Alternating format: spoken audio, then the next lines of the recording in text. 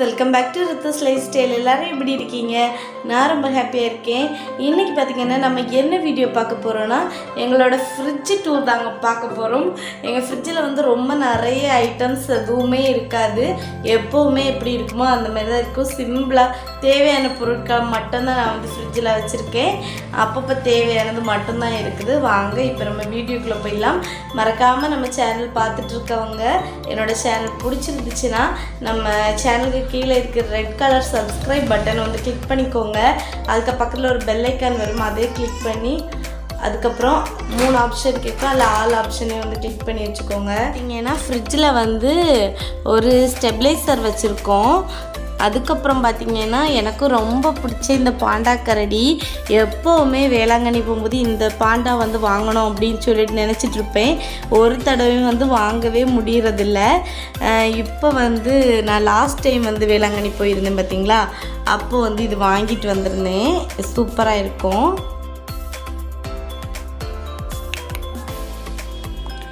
Okay, வச்சிடலாம். அதுக்கப்புறம் பார்த்திங்கன்னா ஒரு ஃப்ளவர், இது வந்து அக்கா வீட்டில் வந்து இதே மாதிரி வந்து ஒரு ஃப்ளவர் வந்து வச்சுருப்பா.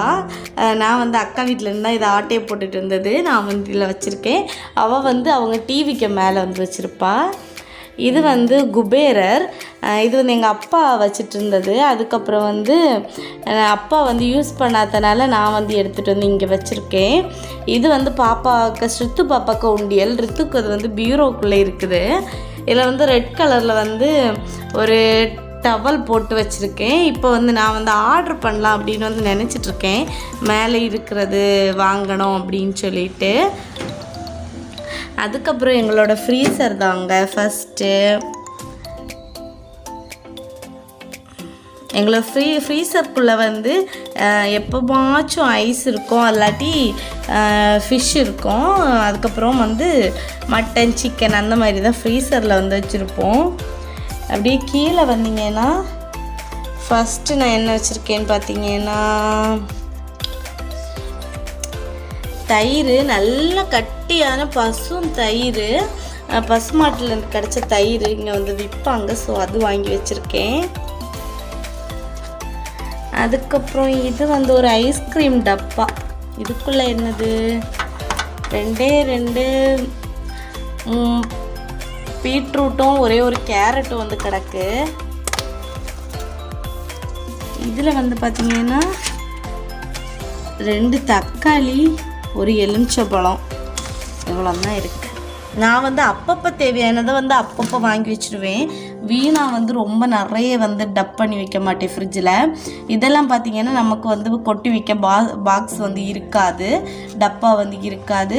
அதுவும் இல்லாமல் வந்து நிறைய திங்ஸ் வந்து நிறைஞ்சு போச்சுன்னா மீதி எங்கே கொண்டு வைக்கிறதுனே தெரியாது.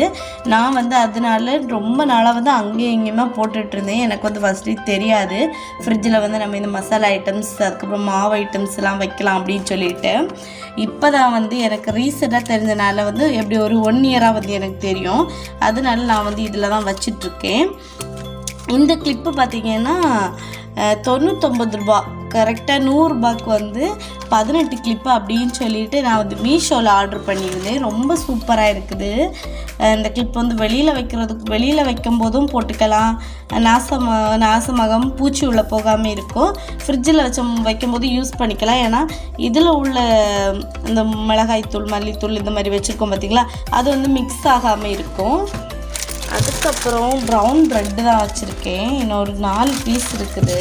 நான் வந்து ப்ரௌன் ப்ரெட் வாங்கினேன்னா அது தீரியதோட அதை வச்சு தாங்க டயட் வந்து ஃபாலோ பண்ணிகிட்ருப்பேன். இந்த செல்ஃபில் பார்த்திங்கன்னா இது வந்து ஆம்லா நெல்லிக்காய் வந்து போட்டு வச்சுருக்கேன். இந்த டப்பாவில் ஒரு 80 ரூபாய்க்கு நெல்லிக்காய் வாங்கிட்டு வந்திருந்தேன், காலி ஆயிடுச்சு. இது பார்த்திங்கன்னா பாசிப்பருப்பு மாவு, தோசை ஊற்றிக்கலாம் அப்படின்னு சொல்லிட்டு எடுத்து வச்சுருக்கேன். நான் வந்து இன்றைக்குள்ளே டயட் வந்து தோசையெல்லாம் சாப்பிட்டு முடிச்சுட்டேன். ஒரே ஒரு தோசை போட்டு சாப்பிட்டுட்டு மீதியை வந்து இங்கே வச்சுருக்கேன்.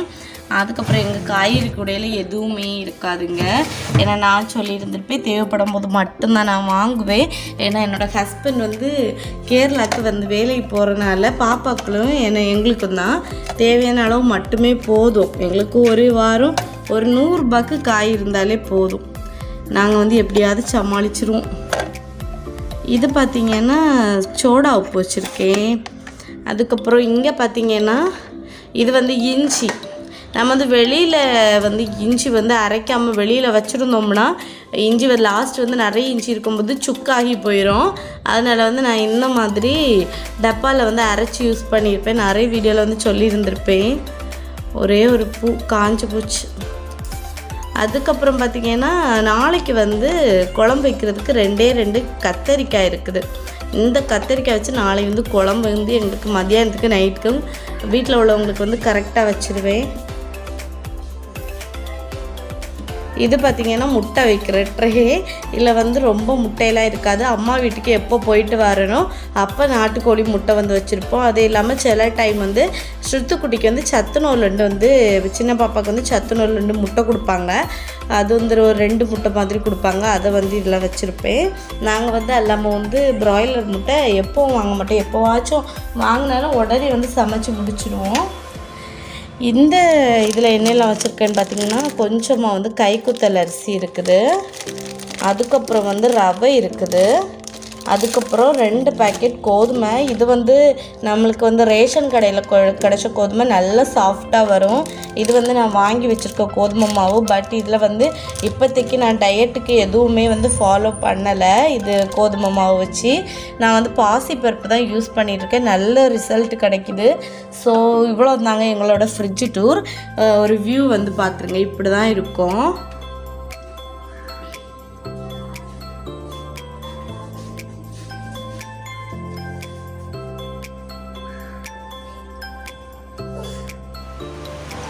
இவ்வளோ தாங்க எங்களோட ஃப்ரிட்ஜ் டூர். ரொம்ப நிறைய சாதனம்லாம் வைக்கவே மாட்டேன், இந்த மாதிரி தான் இருக்கும். காய்கறி கூட நான் வந்து கொஞ்சமாக தான் வாங்குவேன். ஒரு 4 கத்திரிக்காய், அதுக்கப்புறம் வந்து பாகற்காய், ஒரு 2 பாகற்காய், அதுக்கப்புறம் ஒரு புடலங்காய், அந்த மாதிரி வாங்கி சமாளிச்சிடுவேன். ஒரு வாரம் வந்து எங்களுக்கு மொத்த செலவே வந்து இவங்க கேரளாவில் இருந்தால் 100 ரூபா 150 ரூபா அதுக்குள்ளே வந்து ஆயிடும். இல்லை இவங்க வந்து இங்கே இருக்காங்க அப்படின்னா வந்து கொஞ்சம் செலவு ஜாஸ்தியாக தான் இருக்கும். ஏன்னா அவங்களுக்கு வந்து நிறைய வந்து சாப்பிடணும், நிறைய ஃபிஷ் எடுத்து சாப்பிடுவாங்க. அவங்களுக்கு வந்து நிறைய பிடிக்கிறனால அவங்க இருக்கும்போது கொஞ்சம் ரேட் வந்து கொஞ்சம் தூக்கலாகிடும். அவங்க இல்லாத நேரம் வந்து நான் கம்மியாக தான், எவ்வளோ கம்மியாக வந்து எடுக்க முடியுமோ அவ்வளோ கம்மியாக எடுப்பேன். பட் இன்னொன்று பார்த்திங்கன்னா அவங்க போகும்போது எனக்கு வந்து கொஞ்சம் ஃப்ரூட்ஸ், அதுக்கப்புறம் வந்து கொஞ்சம் காய்கறி, இதெல்லாமே சேர்த்து எனக்கு ஒரு 300 ரூபாய்க்குள்ளே வந்து வாங்கிடுவார். வெஜிடபிள் மட்டும் ஒரு 100 ரூபாய்க்கு இருக்கும், ஃப்ரூட்ஸ் வந்து ஒரு 200 ரூபாய்க்கு இருக்கும். அவ்வளோதான். மீதி எல்லாமே வந்து எங்கள் வீட்டில் வந்து கொஞ்சம் நாங்கள் வந்து ஸ்டாக் வச்சுருப்போம். ஓகே, இவ்வளோ தாங்க வீடியோ. நம்ம சேனல் பிடிச்சா மறக்காமல் சப்ஸ்கிரைப் பண்ணிக்கோங்க, லைக் பண்ணுங்கள், ஷேர் பண்ணுங்கள். Bye bye, take care.